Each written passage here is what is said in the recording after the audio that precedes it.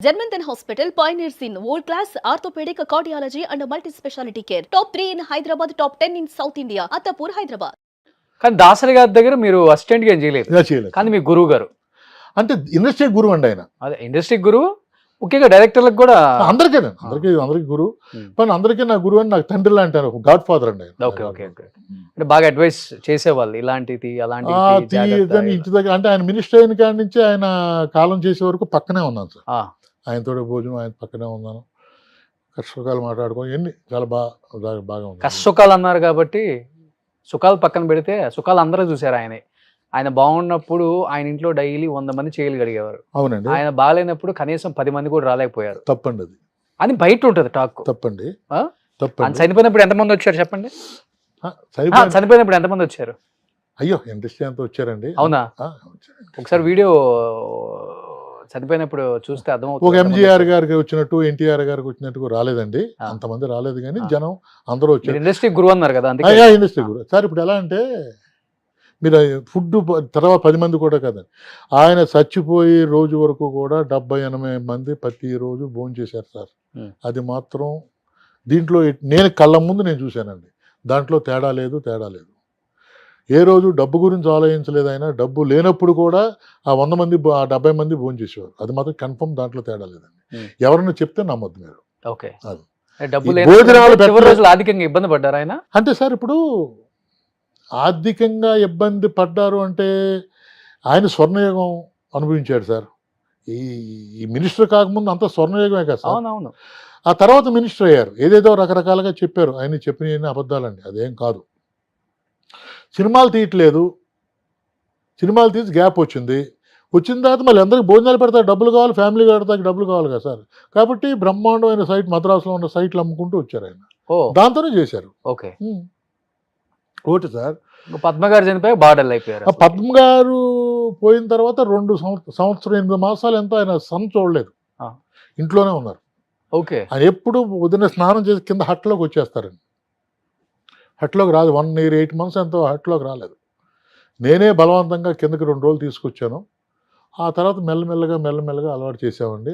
అయినా అంత ఎక్కువ రాలేదు సార్ ఆయన.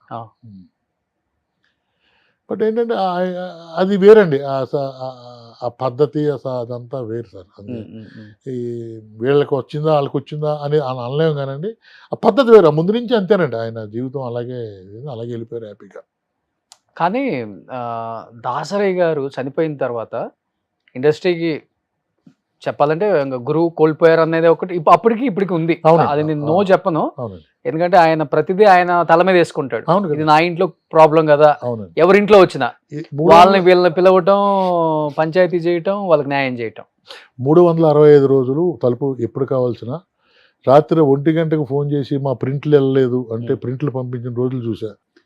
అందరికీ ఇండస్ట్రీ మొత్తానికి గురువు, అందరికి న్యాయం చేశారు. కానీ ఆయన సొంత ఇంట్లో ఆయన న్యాయం చేసుకోలేకపోయారు, కొడుకుల్ని సరైన పద్ధతిలో పెట్టలేకపోయారు. కొడుకులు ఇద్దరు ఉన్నప్పుడు ఉన్నదే 2 కొడుకులు, వాళ్ళిద్దరూ గొడవలు.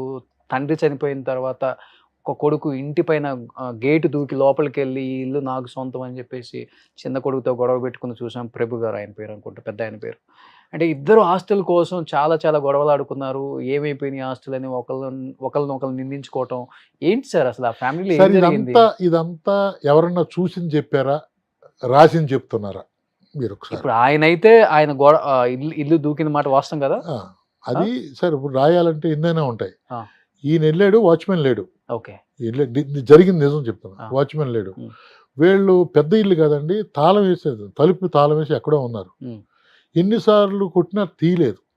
ఈయన ఇక్కడ పడుకుందామని చెప్పి ప్రిపేర్ అయ్యి వచ్చాడు. ఇంకా అన్నయ్యని డిస్టర్బ్ చేయటం ఎందుకులే అని చెప్పి ఈయన గేటు దాటి వెళ్ళాడు. జరిగిన మ్యాటర్ అది.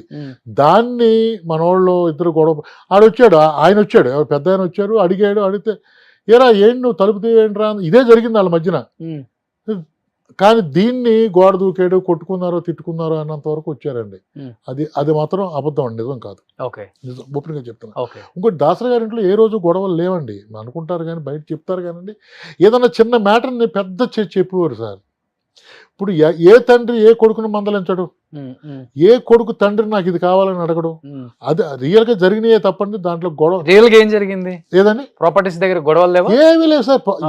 ఇది ఉందని చెప్పమనండి ఎవరినన్నా, నేను గ్యారంటీ నేను చెప్తున్నానండి. ఓకే, ఈ ఆస్తి నాది, తమ్ముడిది కాదు, లేకపోతే ఇది ఆస్తి నాది అన్నది కాదు ఎవరిని చెప్పమనండి. ఓకే, లేదా అల్లుడు గారిని వచ్చి కానీ ఆలమ్మ అంటే గురుగారు అమ్మాయిని వచ్చి నాకు మోసం చేయడం మా అన్నయ్యలు అని చెప్పమనండి. అది లేదు సార్. ఉంటే గొడవ పడతారు కదా, కోట్లు ఎక్కుతారు కదా. ఇప్పుడు కోట్లు ఎక్కారండి వాళ్ళు, ఎప్పుడన్నా ఎక్కారండి? ఇప్పుడు బయట వచ్చిందా? లేదు సార్. కానీ ఎందుకు బయటికి అంత బ్యాడ్ గా ప్రొజెక్ట్ చేశారంటే సార్, ఇప్పుడు ఏమైపోయిందంటే ఓపెన్ గా చెప్పాలంటే ఆ ఇల్లు ముగ్గురు పేరు మీద ఉందండి. అది ఆయన ఏదో అది అది అది డిసైడ్ అవ్వలేదు ఎవరిది ఏంటనేది తప్ప ఇంకేమీ లేదు సార్. ఇంకా వాళ్ళ మధ్యన గొడవలు లేవు. ఏదైనా ఫంక్షన్ వస్తే ముగ్గురు వెళ్తారు, ఈయన చిన్న ఆయన అక్కడికి వెళ్తారు, అన్నయ్యతో మాట్లాడతారు, ఇవన్నీ మామూలే సార్. మరి బయట రకరకాలుగా ఎందుకు చెప్తారో తెలియదు. ఏం చేస్తున్నారు ఇప్పుడు అరుణ్ గారు? చూడటానికి చాలా బాగుంటారు. అరుణ్ గారు వేషాల కోసం ట్రై చేశారండి, బట్ ఆయన వేషాలు వేయకపోయినా వాళ్ళ నాన్నగారు ఇచ్చింది, ఆయన సంపాదించుకున్నది, వాటితోనే హ్యాపీగానే ఉంటున్నారు. కానీ బిజినెస్ ఏదో చేస్తున్నారు సార్, ఆయన ఏదో ఇంటర్నేషనల్ బిజినెస్ ఏదో చేస్తున్నారు. పెద్ద కొడుకు తెలుసు కదా, ఇప్పుడు ఆయన కూడా షేర్స్ అయ్యి ఉంటుంది, ఆయన కూడా బిజినెస్. బట్ అంత హ్యాపీ ఫ్యామిలీ, ఎంత హ్యాపీ సార్, దాంట్లో ఏమీ తేడా లేదు సార్ ఓపెన్గా చెప్పాలంటే. కానీ ఒక్కటి, ఆయన దాసరి నారాయణరావు గారి రేంజ్కి పిల్లలకు చేసినంత న్యాయం చేయలేకపోయారు ఆయన. ఓకే, అది మాత్రం కన్ఫర్మ్. ఇప్పుడు దాసరి నారాయణరావు గారి రేంజ్కి ఆయన మినిస్టర్ అయ్యాక చెప్పట్లేదు సార్. మినిస్టర్ అవ్వకముందు ఉన్న స్వర్ణయోగానికి ముగ్గురికి 300 కోట్లు ఇవ్వాలి, అది ఇవ్వలేకపోయాడు ఆయన. 3.25 3.30 ఇచ్చి ఉంటాడు అది. కానీ ఆయనకున్న స్టేజ్ ఏమైపోయినదంతా అది చెప్పాను కదా సార్. దాన ధర్మాలు అయిపోయిన తర్వాత అమ్ముకుంటూ రావటం చేసుకోవటం. ఇప్పుడు సినిమా లేదండి, ఇప్పుడు ఆయన ఖర్చే డిఫరెంట్ ఖర్చు కదా సార్. నెలకు 12 లక్షలు 13 లక్షలు ఓన్లీ కాంపౌండ్లో ఖర్చులు అవుతాయండి. శాలరీస్, కారు పెట్రోల్ డీజిల్ గీజిల్ అన్ని, అది భోజనాలు కాటికి. అలాగే 3 లక్షల రూపాయలు 2 లక్షల రూపాయలు పేదలకు ప్రతి సంవత్సరం ప్రతి మంత్ చెక్కులు వెళ్ళిపోయి వాళ్ళకి. ఎన్ని కడితే 10-12 లక్షలు వచ్చేది. సంవత్సరానికి ఎంత అయింది సార్? అలాగా ఆయన చేశారు కానీ. అలాగే మధ్యలో సినిమాలు చేశారు, 2-3 సినిమాలు, దాంట్లో లాస్ అయ్యారు. హుసేరావరం తర్వాత మళ్ళీ ఆయన సినిమాకి డబ్బులు వచ్చింది ఏమి లేదు కదా.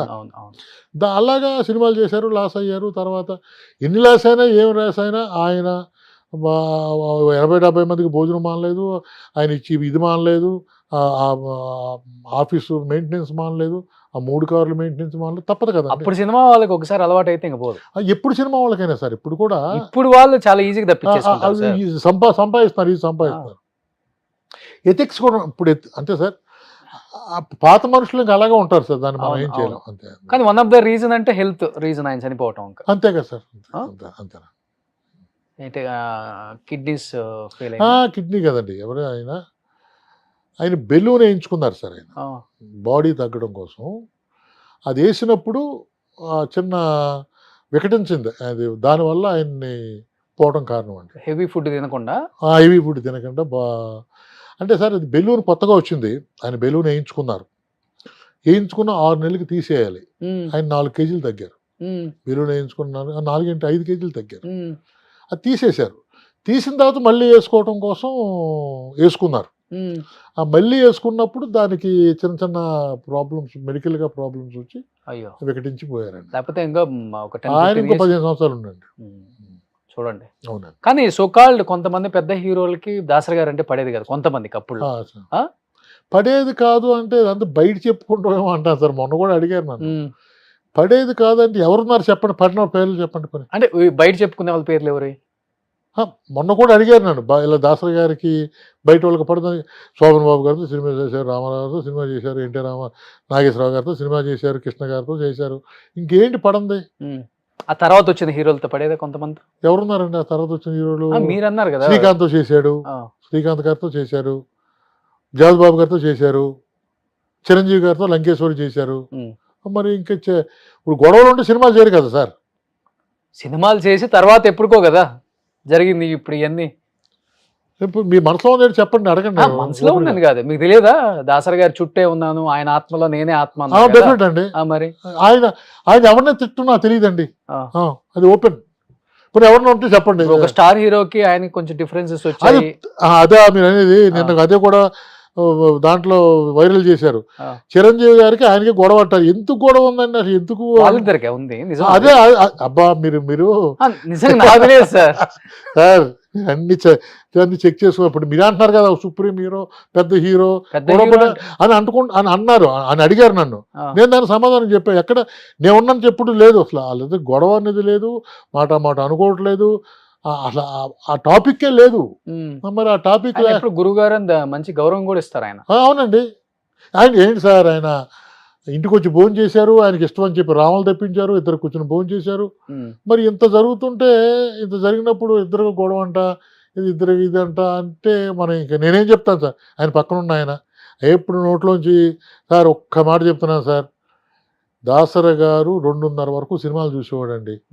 ఆయన పక్కన నేను, రాజేంద్ర కుమార్ రైటర్ ఉండేవాళ్ళం సార్. నైటు అందరూ వెళ్ళిపోయేవాళ్ళు. మేమిద్దరు ఆయనతో పాటు మేము సినిమాలు చూసేవాళ్ళం. పాత సినిమాలు ఈటీవీలో పాత సినిమాలు వచ్చాయి. అవును. ఆ పాత సినిమాలు పెట్టుకునేవారు. ఇన్సిడెంట్ జరిగినప్పుడల్లా ఆయన గుర్తున్నాయని మాకు ఎక్స్ప్లెయిన్ చేసేవారు. ఈ బోల్డ్ నేర్చుకున్నాం. చిరంజీవి గారి సినిమా వస్తాయని చెప్పేది ఏంటి తెలుసా? చాలా కష్టపడి వచ్చాడయా, ఇతనిలో ఎవరు కష్టపడలే, ఇతని కష్టంలోంచి పైకి వచ్చిన మనిషి అనివాడు ఆయన. ఇంకా గొడవలు పడతాడు ఆయనతోటి. ఓకే. రెండోది 1 to 10 Chiranjeevi, 1 Chiranjeevi, 2 Chiranjeevi, 3 Chiranjeevi, up to 10 వరకు చిరంజీవి అని చెప్పిన మనిషి ఆయన. ఇంకిద్దరి మధ్యన గొడవ ఉంటుంది, సపోర్ట్ లేకుండా. ఇప్పుడు ఏ కాకుండా ఏముందని వచ్చారండి. ఇప్పుడు ఆయనే చెప్తారు, పవన్ కళ్యాణ్ గారు కూడా అంటారు కానిస్టేబుల్ మా ఫాదర్ అని. అంతే ఏమీ లేకుండా సొసైటీతో మద్రాసు వెళ్ళి ఫిల్మ్ ఇన్స్టిట్యూట్లో జాయిన్ అయ్యి అంత కష్టపడి ఈ రోజుని దేశాన్ని శాసించగలిగే పొజిషన్ కానీ వచ్చారు. అది గ్రేట్. ఆ గ్రేట్నెస్ ఆయన ఫీల్ అయ్యేవాడు. ఎవరు ఆయన అనేవారు. ఇప్పుడు రాజేంద్ర కుమార్ గారు ఫోన్ చేసి అడగండి, అలాగే ఫీల్ అయ్యారు. కొంతమంది నొప్పిన వాళ్ళు బయట కావాలని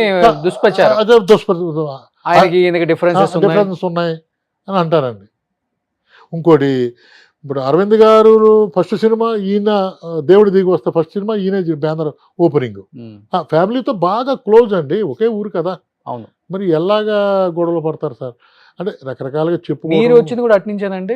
భీమవరం అండి. భీమవరం. సుమన్ టీవీలో మీ పర్సనల్ అండ్ బిజినెస్ ప్రమోషన్స్ కోసం కింది నెంబర్కి కాంటాక్ట్ చేయండి.